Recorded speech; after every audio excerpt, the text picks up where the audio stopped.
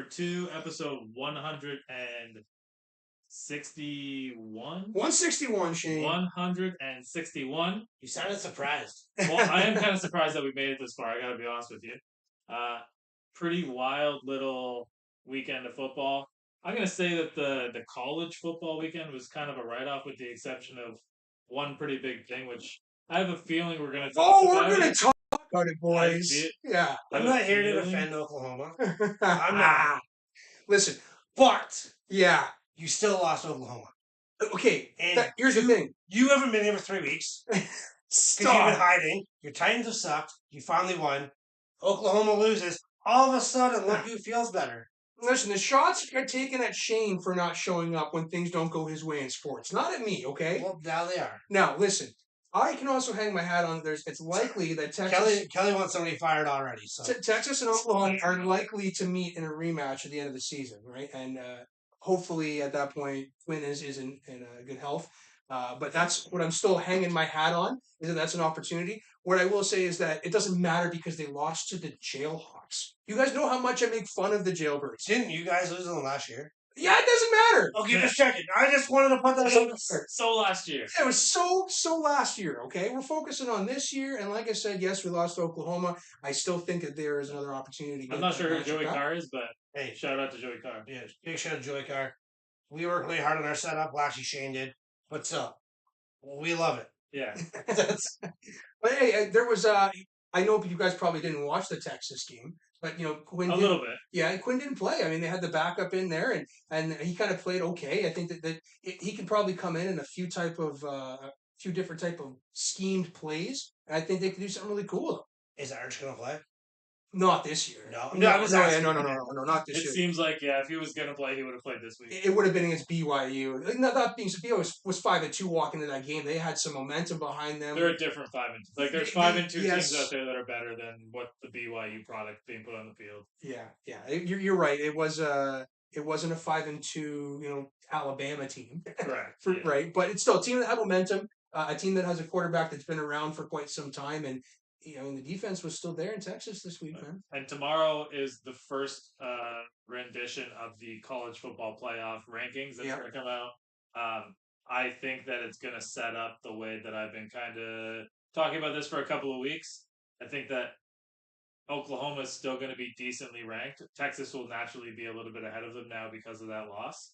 But they're going to keep both of those two teams in the top 10. But did Oklahoma fall out of the top 10? I thought they did fall out. Or did they fall that's 2-10? I know it's AP. I know it's AP. I just want to know where they are right now. I can't remember where Oklahoma landed. But I think it's being set up for if a Florida State falls off and Texas can win the Big 12 because of the name brand, the recognition, what everybody wants to see on TV. It's Michigan and Texas that people want to see based on... it's quite the turn that Michigan... I know that you guys have always hated Michigan. Yeah. But it is quite the turn from someone on the outside looking in to see what Michigan has gone through this year. The ups and the downs, and they just never seem to stop, do they? It shows that Jim Harbaugh is external. That's what it shows. It shows that loser cannot have a job. And they'll still be okay. Yeah. And overall, it's interesting to see, if these reports are correct that his extension's been now removed, and does that mean that his contract ends this year? Does it end next year? If there's a suspension coming down, is he going to try and make the jump to the NFL? Well, the NFL has apparently come out with a statement saying that if he's suspended, he will have to start that suspension to coach in the NFL as well, which I think that's kind of cool. I mean, it kind of goes back to the Ricky Williams days, right? I mean, because they weren't going to let him play when he got suspended to go play in the CFL kind of thing. And CFL kind of had that agreement after Ricky. We're like, we're going to not do that with suspended players across the board. So if you're going to treat the players like that, you definitely got to treat the coaches like that. That being said, again, I know you guys have really, really come down on Michigan over the years, but this is a powerhouse team. Right. First off, I never said Michigan was a bad football player. I said I fucking hate Michigan. I know, yeah. There's a big difference. Yeah. Were we 2 minutes in? They're a powerhouse team. This is a team that anybody would probably be jumping at the bit to try and be a coach for. Is it somebody inside of the team? So it's funny that you actually say that, and I actually think the opposite. And I think that if you are one of the hot coaches out there right now, the last thing that you want to do is take over a program that's already overachieving. Like, This is overachieving for Michigan. Is it? Yes. But is it Losing in the playoffs is overachieving for Michigan. Absolutely. If they're playing in a bowl game for the most part. They are New Year's 16 most years. Yeah. Or close to competing for a New Year's 6. Will there be a playoff team next couple years? Yes. But if you're a hot coach coming up, the deck is stacked against you. Because if you don't do those things, look like it's not a good look. Well, like use Oklahoma as the example. Like they obviously have crazy expectations. They lose their coach. They bring in Venables. The guy loses 3 games, and they want his head on a stake. Marcus Freeman in Notre Dame. Yeah, he lost 2 games early last year, and we all wanted him gone. Yeah. Well, my thing, the way I look at it though, is that the Big Ten is coming into a weak time. I think. Like, there's a few teams that are going to have some question mark. Listen, Michigan State's got to find a new coach and everything too. That is probably the hottest coaching job that you can get because there is absolutely no expectation. We're not no bias here, guys. No bias. We're not even going to win a game in the Big Ten this year, and they have a top 25 recruiting class. Yeah, but and they haven't lost anybody because of the NIL yet. No, they had a guy go into the portal. He wasn't going to get offered as much money, but he could play for a better team, Simeon Barrow, and he's like, nah, it's cool. I'll just go back. I'll keep playing. But that's just one example. I just mean an example. This is a guy that's going to be a first-round pick in the NFL. It depends on who is going to come in as the coach and where those players want to be, and if they do want to chase an NIL somewhere else potentially, right? Like, it's not who they thought they were going to be lined up for. But the Big Ten, I just think, is coming into a weaker time where Michigan can certainly ride a wave and maybe keep some prestige along the way. Like, you guys are talking about a team that's overachieving. Maybe they're a team that just is able to get those kids to recruit to them better than anybody else in the Big Ten, right? Their quarterback's a loser. I don't know how that guy's the Heisman talk. I don't know how no one's punched him in the face. I don't know, man. That's one I don't get. Now, Kelly, I do have to talk to you guys about the Michigan cheating stuff, okay? There is such a wide... You can see that? Yeah. How'd you see that? I got it right. Oh, okay. There's such a wide array of opinions on this one. You've got professionals, people in the coaching ranks right now that are saying, like, this is just normal. Like, you're not doing anything that's egregious, essentially. You're buying tickets, showing up. You're taking... Like, there's a guy that did an example where he's taking a video with one of his friends. It was a selfie. And he's like, oh, look, I just did what Michigan did. Now, I know Michigan's going home and studying that tape and figuring shit out and knowing what to do. Are you okay with the Astros doing it? So sign stealing, the sign stealing thing I didn't have a problem with because it's professional sports and it's not in the rules. The difference is this is amateur sport that they're kind of getting paid now. And there is a specific rule in the NCAA that you cannot attend future opponents' games. And you can't film it. Sure. So they did both of those things. Now, the reason that I really Nick Saban, the god of college football, he was recently on McAfee this week, and they were talking to him about, what is your opinion regarding all this and everything, right? Sure. And it was really striking to me that he didn't have one negative thing to say about the pictures being taken, or the videos being done, or anything like that. He had a simple solution. Why is the mic not in the headset? This would be the simplest solution to have. And I don't understand why they would not have that in the college ranks. And to be honest with you, I didn't even know that wasn't a thing. I knew that they had guys that were doing signs, but I thought the intention there was not only you listening to the play, but in case you miss a word, that there's somebody there signing to you as well, right? I thought that was the intention there. But to know these kids in the SEC that are playing in 70, 80, 90,000 people stadiums don't have a mic in their helmet, that's incredible. Well, and I agree. So I actually thought that they had the mic in the helmet, and those hand signals were trying to decipher into audibles. Okay. And I was like, okay, that makes sense because people are lining up so fast. Like, that's just that style of offense. I had no idea that they weren't doing that. But now that you think about it, you never see a college quarterback go like this. Never, yeah. I was under the impression the hand signals were for position players. Okay. Yeah. Like, I always saw the quarterback, I was under the impression there's probably some high schools in the States that have headsets. Like, when you get down to Bishop Gorman, like St. John Brasco, like those schools, I just assumed they had headsets. Mm-hmm. But I guess I was wrong. And I agree with Malcolm. I think you're right, man. You can steal those signs, but you still have to run the play. You can steal the sign, but you still have to hit the pitch. But it's the exact same thing. I don't know. I disagree with that. We're wearing a Rangers hat today. Yeah. But hey, anti-Astros, right? For sure. You jump ship over here. Hey, I like the hat. Beginning the playoffs, I was like, that's a team I wouldn't mind following. I'm kind of happy with the way the playoffs have ended up in baseball anyway. But Yeah, you know, baseball players have been good.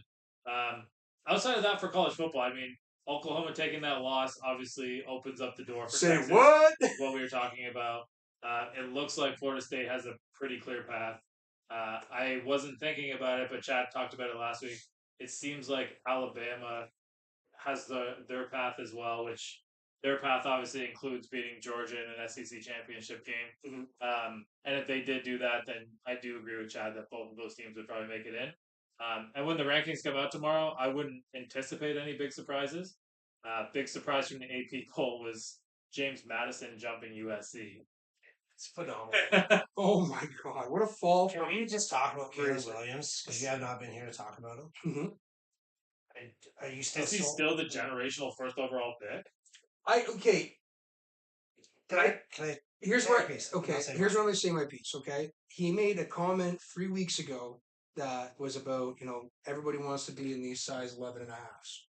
And I'll be very honest with you, man. I saw that comment and I didn't like it. It was the first time where I saw Caleb. I know that Caleb boasted. I know he walked around with a big set of shoulders all the time. But that comment specifically to me, and then his dad following up 3 days later by saying that he can make more money in college staying there and choosing where he wants to go next year. Followed up with he wants a piece of ownership. Yeah. This to me, it screams the Ball brothers' dad in the ear.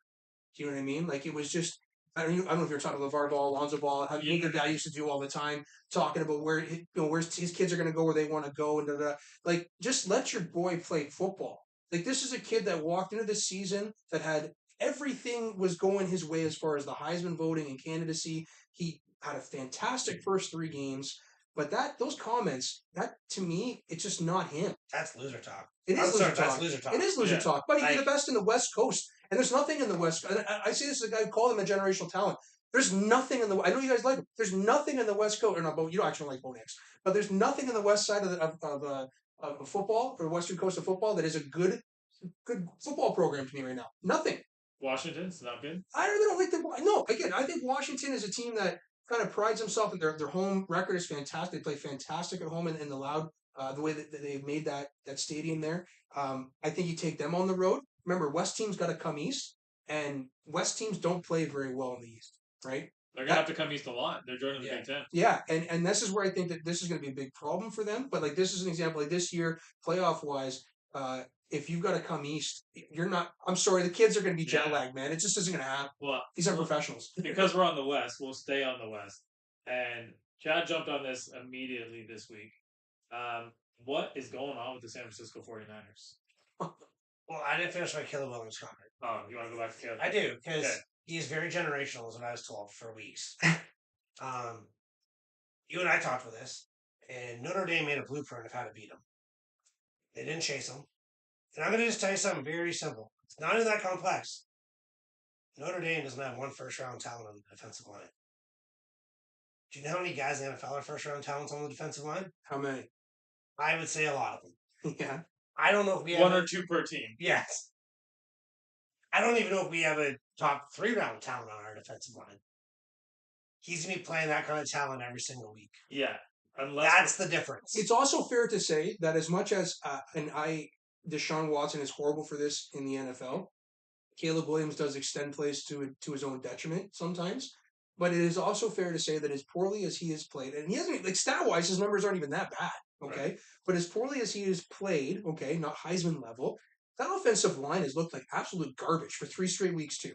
I've seen Caleb Williams running around with his head cut off, with his head cut off most of the time, and it's not necessarily all is because that of his what's own. making the O line look bad? The fact that he's running He's holding around on to the and football sticking too around? long.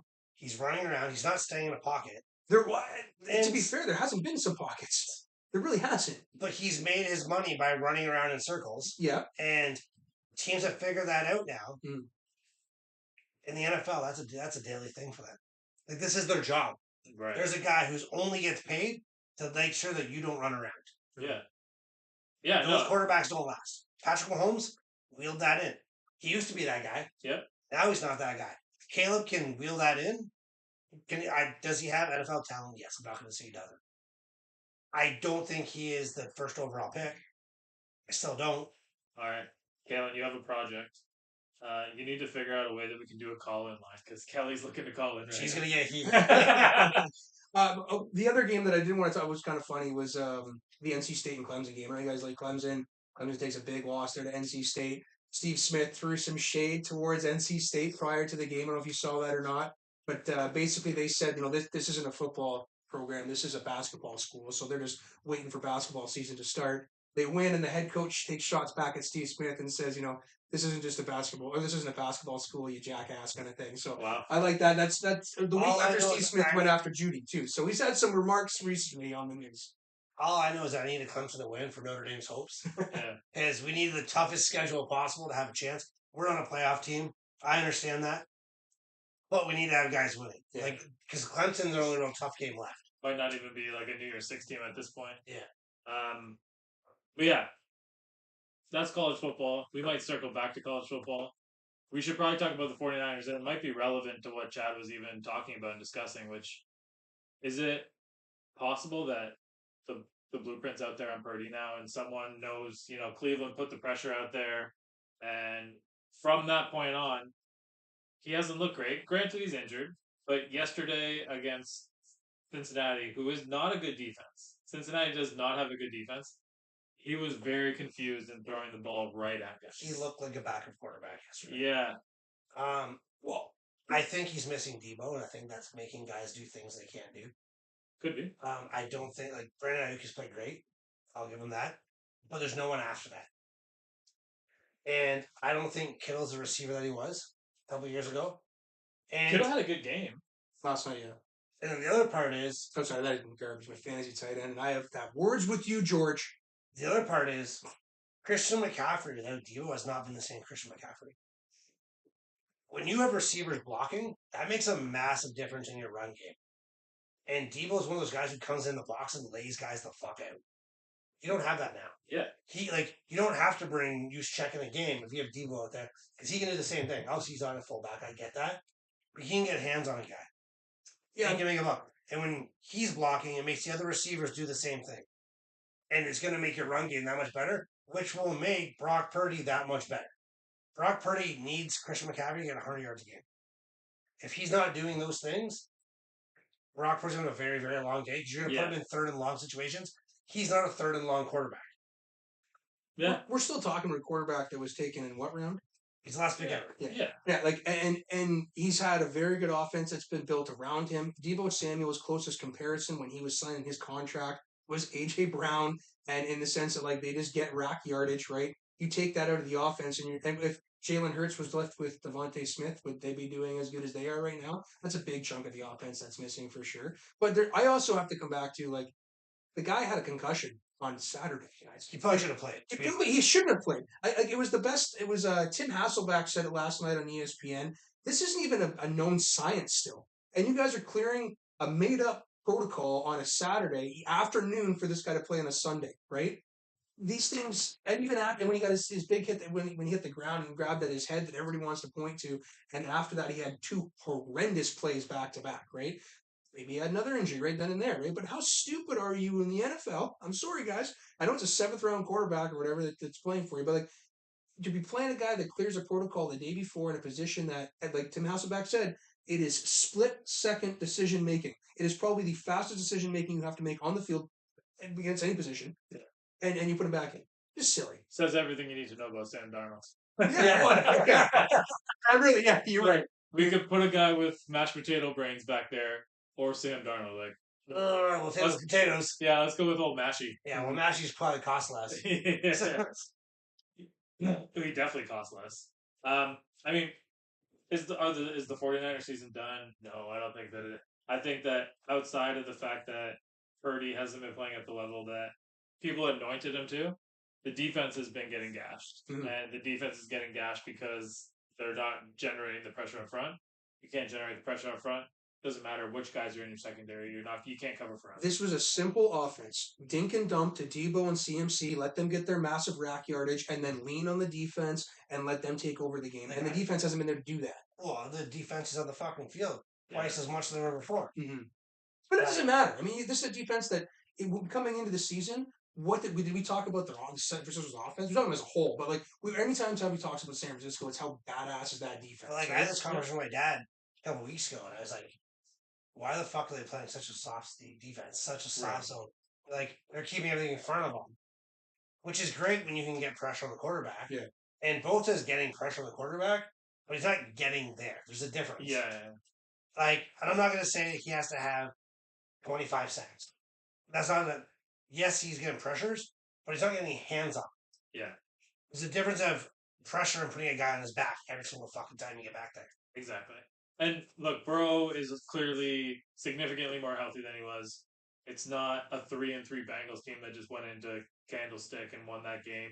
That's probably more like a 4-2, 5-1 type of team that just got off to a rocky start. So I wouldn't be too concerned. I got plus money on the Bengals though, so I was happy. Yeah, I wouldn't be too concerned about losing to the Bengals, but it's the 2 losses prior to that you got to be a little bit worried about. And the fact that you've now stacked 3 losses in a row. I don't know the last time the 49ers lost. Now you're behind the Seahawks. Yeah. Who all just went out and made sure to get Leonard Williams to them, right? So yeah, they're stacking defense. That's a big one, and we'll see what other kind of trades come out of that. But did you see how the Cleveland Browns did Cleveland Brown things on Sunday? Mm-hmm. Absolutely ridiculous. 3rd and 3, I get it. You want to pass, you want to be aggressive, you want to do what you need to do to win the game. You want to ice it that way. You have a backup quarterback in who hasn't been tremendous. You have a very good run game and a strong offensive line. Not to mention, probably one of the best defenses in the league.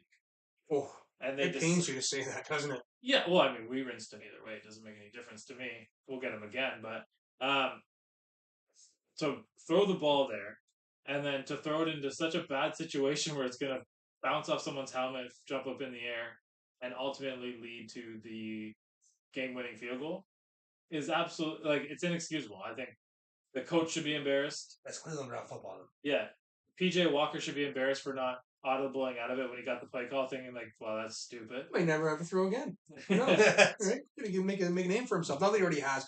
Well, so guys, they lost the game. His first game that he played with Cleveland was a decent game. Okay, his debut there. Decent in comparison to the way Deshaun Watson was playing. That's what I wanted to say, though. Where are we going with Deshaun? Where is he going to end up? I know he's coming back this year. He's not going to be benched or anything. I don't know, man. Maybe he doesn't feel like playing anymore. I love when that line came out. When he gets called out by Brady Quinn, of all people, right? Come on, Brady. But just, he had a great career. Okay? Yeah, he did. When part of your rehab gets taken away from you, you just lose a little love for the game. And when you have to start taking care of those things yourself, I don't know, you're going to put a little extra shoulder into it. That shoulder doesn't recover the way it's supposed to. Hey, that's just a theory. It's just one guy's theory, but shoulder injuries, especially when you're a game time decision 4 weeks ago, typically don't linger this far along without some kind of hindrance. Yeah, I see what you're saying there. I see where you're going with that. Now, go ahead. Oh, I was just gonna say, were you talking about Cleveland still, or are you leading into another game here? I was just wanted to ask you fellas, after a record-breaking 6th straight week of 125 plus yards, my heart is still breaking from this trade. Are you guys ready to admit that he is probably the best number 1 receiver in the league, maybe outside of Justin Jefferson? So I will say that he's so number 1, he wears it twice, Chad. Oh, do you want that's awesome? He's on your team. That's what makes it so much better. You traded away the best receiver. Yeah, you guys got Treylon Burks for him. I didn't trade shit. I was over here crying, guys. That was phenomenal. And then when the Bayard trade went down, I went to see my boy Shane again. I told him that after, it's the same thing. I've only cried twice in Titans football history for me, and it was both when AJ got traded and Kevin Byard got traded. So my other question is, does that just show you how bad Brian Tannehill really is? Well, listen, I think you've seen it. Ben, there was times that Ben held on to the ball for too long. The rookie comes in who's willing to take shots, doesn't know how tight a window actually can be. He had a great debut we'll come to Will in a little bit. But I just want let's stay on Philly just because we've been talking about them. This is a powerhouse team in the NFC. I also, and this isn't a shot to anybody, Tennessee. I think having Devontae Smith there and having Dallas Goedert there. And the best offensive line in football. Best offensive line. And the run game is so good. You have to block guys the run game. Yes, I would say right now Tyreek Hill and AJ Brown are the two best receivers in football. Like no, like hands down. For totally two different Reasons, abilities, yeah. right? So Yeah. to me, like the Tyreek Hill skills translate to any offense because he's just outrunning somebody and you just have to put it in front of him. Yeah. The AJ Brown thing, he's doing more mechanical and more route running. So I think that is a little bit more dependent on the quarterback. I don't even think that he's reached his full potential. I think, and like, it's not against Jalen Hurts' throwing ability, but Jalen Hurts is not a premier passer in the league. Thank you. If you give AJ Brown to Justin Herbert, even with a broken finger, I think that those 125s are probably like 165s. Like I honestly think like now that he's been in the league for years, everything I've seen AJ Brown is Terrell Owens. Honest to the head. Yeah. Oh, he thought the earth was flat the other day. Yeah. The head is still wrong too. But like his skill set, that's what it screams to me. Yeah. Like if Terrell Owens played, Prime Terrell Owens played in today's football, Yeah. like that would have been a specimen on the field. And I think that's what we're seeing now with AJ Brown. DK Metcalf, I like great receiver too, great like Runs physical 3 routes specimen. though, only 3 routes. AJ Yeah. does every Yeah, route, right? and I think that's the difference of what separates those guys. Yeah. And like I said, like I see AJ Brown, but I see Terrell Owens. So that's a great comparison. That was a comparison that was used in Tennessee among fans. There was a T.O. comparison, and there was a, as silly as this may sound, as his route running was a Chad Ochocinco-esque. Because the guy is Or just the hybrid. yeah, he just knows how to run routes. Like he's an incredible wide receiver, and it sort of pains me to see what he's doing over there. But it's great for him. Bayard joined him, and this then takes shot to Tennessee. Still, I mean, the guy that didn't re-sign, he's not even with the franchise anymore, and he did this whole now you're in Philadelphia. The winning is done differently here. Yada yada yada. But I'm excited for Kevin Bayard to go to Philly, where he grew up, be with his hometown team, and going from a team in Tennessee where he went to college in, and then going to his hometown team. That's a pretty cool career. Hopefully he's able to cap it off. Right? Yeah. Kelly's asking if you're saying Terrell Owens, and yes. They are comparing AJ Brown to Terrell Owens. I don't know if she thinks it's a good thing or a bad thing, but we'll get back to it. Yeah, I did want to talk about Will Levis. Yeah. Billy Aaron? Jeans. Sure, why not? All He I know puts is mayonnaise in his coffee. Yes. And I'm wondering if there's going to be a fan that shows up wearing a mayo costume, because when Mariota was there with the pineapple, I remember the pineapple guy. I'm thinking there's going to be a mayo guy now. all I know is that great debut. Yep. Reckless as fuck. Yeah. Yeah. But honestly, at this point of your season, who cares? Yep. And let's see what you have. Obviously, Malik Willis isn't the guy. When they drafted Will Levis, it was known. They're trying to sprinkle him in. Like, I really do think they are trying to bring elements where Malik, I don't think it was an audition for trade day. I think this was a straight up, like, how can we use the athletic ability here?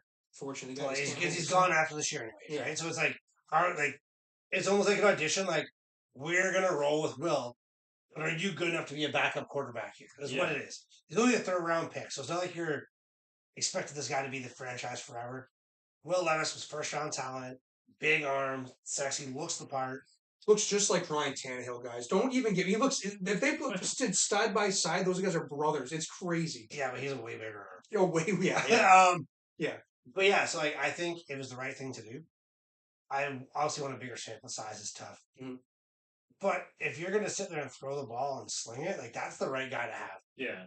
And good on them for just saying, "Hey man, go there and have fun." Like that's what I took from it. It didn't look like it was a very conservatively play called game, because I don't think that system would actually work with him. Kelly's calling for shots. So I watched the PFF today. Of his 33 dropbacks, 21 of them were either play action, Okay. or was it play action or a screen? That's what it was. So in reality, it is conservative because you see the big shots that we saw, right? Yeah. DeAndre only had 4 catches, right? And one of them was for 11 yards. So that's just going to show the other 3 were just bombs. Well, and nobody else had play action. They said, "Fuck it. If you're going to come in here and stack the box, you have Derrick Henry, as you should stack the box. Yep. You have a rookie quarterback, man. Don't dump that thing off. You have a massive receiver with the biggest hands that have ever been known to man. Just put it out there for him." Well, and I think that's kind of like the Falcons and Arthur Smith went in there. Arthur Smith used to run that offense. He thought, let's get up there. They're going to start Willis. Willis is going to use his legs. He can't throw deep. Let's stop Henry and force them to try and take some shots, and we'll take them away. Will Levis walked in there and said, Hold my beer. Well, Yeah. it wasn't Hold just my him. coffee It and was, mayo. a good conversation was probably had with him and DeAndre the night before or the morning of kind of thing, right? Because there was a lot of just throw it up there and I'm going to go for it. The first touchdown, like, I'm sorry, Nick, it was offensive pass interference. Yeah. And I handled the shit out of him, right? No, whatever. Fuck the Yeah. Goin right now. That guy's been ripping me apart. Well, he messaged me Last sweet 30 nothings weeks. before the game too. Don't worry, but Like, this guy's chirping me. I'm not even playing the Falcons. overall, like, it wouldn't surprise me if DeAndre Hopkins isn't even on the Titans for Thursday Night Football. I disagree. I know we called off the fire sale last night. Not just last night, but it was like it's today too. Like the report that came out. I don't know if you saw it, but there's a guy who's a Ravens insider that came out and said there was a deal in place. Derrick Henry was going to the Ravens, and the owner of the Titans said, "Nah, it's not happening." I don't know why. It could have been a money thing, but I think personally, it's you have the most popular player on your team on offense. The other one on defense you just traded out last week, and you're not letting him go right now. Well, he said, which we both didn't know last week. We didn't know Henry's contract was at the end of the season. You're actually getting nothing for it. So I know that I said that he was probably the most likely player to be gone.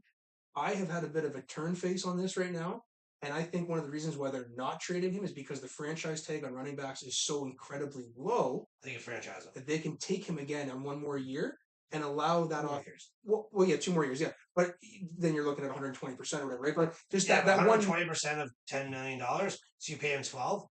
That's 12. He's a You 12 know, we got the million second dollar, most yeah. cap room, right? Like, I just think there's a reason, a way to keep a vet like him around. I think if he would have been gone, he would have been gone already. And that report coming out from a guy who's been pretty up to date with a lot of the calls in the Ravens atmosphere, making that tweet, I think that that's pretty telling. And I think that the connection between Levis and DeAndre, you need that receiver to grow that quarterback. Will needs a running back. That's what it comes down to. Yeah. And if I'm And going to. Touchy's no ACL boy is doing pretty good. Don't get me wrong. Yeah, but Okay. he's not Derrick Henry. Yeah, that's right. Like, he's not going to get the respect Derrick Henry gets in the box. Mhm.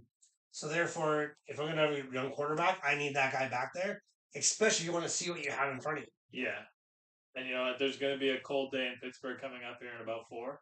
And I will be fortunate enough to be in the stands for that. I think that you need a Derrick Henry to pound the ball when it's cold.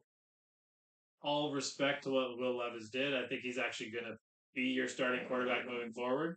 But when teams actually see and can game plan for him and him specifically, I think he's going to have a couple of rough weeks. It doesn't mean that his season's over. It doesn't mean that his career is over. But do not expect 4 touchdowns. No, from the it's man. like And don't expect him to be able to He's only the make. third quarterback to ever do that in his debut. And you can't expect him to be able to even throw like that. So can he make the intermediate throws? Can he make the throws inside the numbers as well as the throws outside the numbers? That'll be what we good to see. But I do think that Levis is your guy, and it's nice for you guys to actually have a quarterback. Just With an arm. Are the rest of the pieces going to be around long enough to do it? I think a quarterback like that can make a guy like Burks a lot better. Oh, sure. He just needs to be healthy. You almost dropped one in the basket yesterday, right? But coming back to DeAndre, he's just too cheap. 14 million or 12 million this year, 13 million next year with incentives, and it's a team option. Yeah. Why wouldn't you hold on to that, right?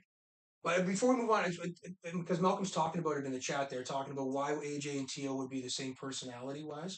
I don't know if you remember, but when Mariota got benched, AJ cried. Just like, that's my quarterback, right? Just do the same thing. All right. And AJ Brown is also the most diva person on Twitter ever. He always complains. He deletes his tweets all the time after making a stupid tweet, deletes it an hour later. He is a diva. I love the guy, but he's exactly like Terrell Owens in every single way. If T.O. had social media, I honestly this feel thing like is- every player should delete Twitter. I do too. Like, There's nothing good that comes out of it. Nothing is like, wasn't it Josh Allen who said something stupid in college? Yeah. Like that thing. If you just deleted his Twitter, that thing would never got found. Someone's going to find it somewhere. But yeah, I agree. I mean, I don't know what else is going on this weekend. We got about 3 or 4 minutes before kickoff here. The Chiefs losing to the Broncos. Means First, nothing. first time in 16 games. I think it's important to Broncos Somebody fans. won their Super Bowl yesterday, and it Yeah. wasn't the Yeah. Chiefs. Yeah. It's important to Broncos fans. It means absolutely nothing to Chiefs fans. It's weird to see them have a couple of losses like this at the beginning of the season.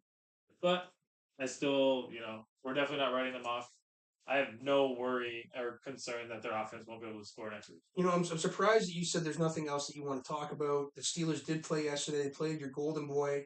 You got to see him. Are you still hyped? Is he still generational talent for you? Is he still ever? And what did you think about Deontay Johnson throwing some shade over at the refs, saying it was all about them that made the loss go their way? Oh, I feel this whole year's been on the refs. The refs have been terrible. In every game.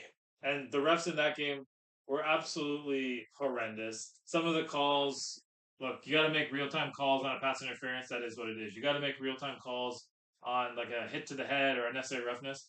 That is what it is. When you make a call down the line saying that the offensive guard is offside for a field goal and have to back them up 5 more yards to make it a 61-yard field goal, and then all the pictures come out and show that it wasn't even close. That's embarrassing. You should be suspended. You should be fined. If they're going to fine a guy like Jalen Warren, his entire game check. That was such a silly fine. And it's happened twice. Yeah. For making football plays and not hurting somebody. How about finding a ref that actually impacted the outcome of the game? I believe refs should be penalized for false calls. Yeah. Like if you're gonna throw your flag and you're gonna stand by it, and it's gonna determine how a football game goes, get a first down out of it, there should be there should be consequences for that.